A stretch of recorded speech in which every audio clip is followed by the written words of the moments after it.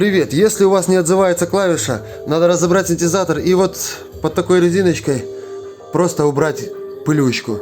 Все делается очень просто, потом все прячем назад.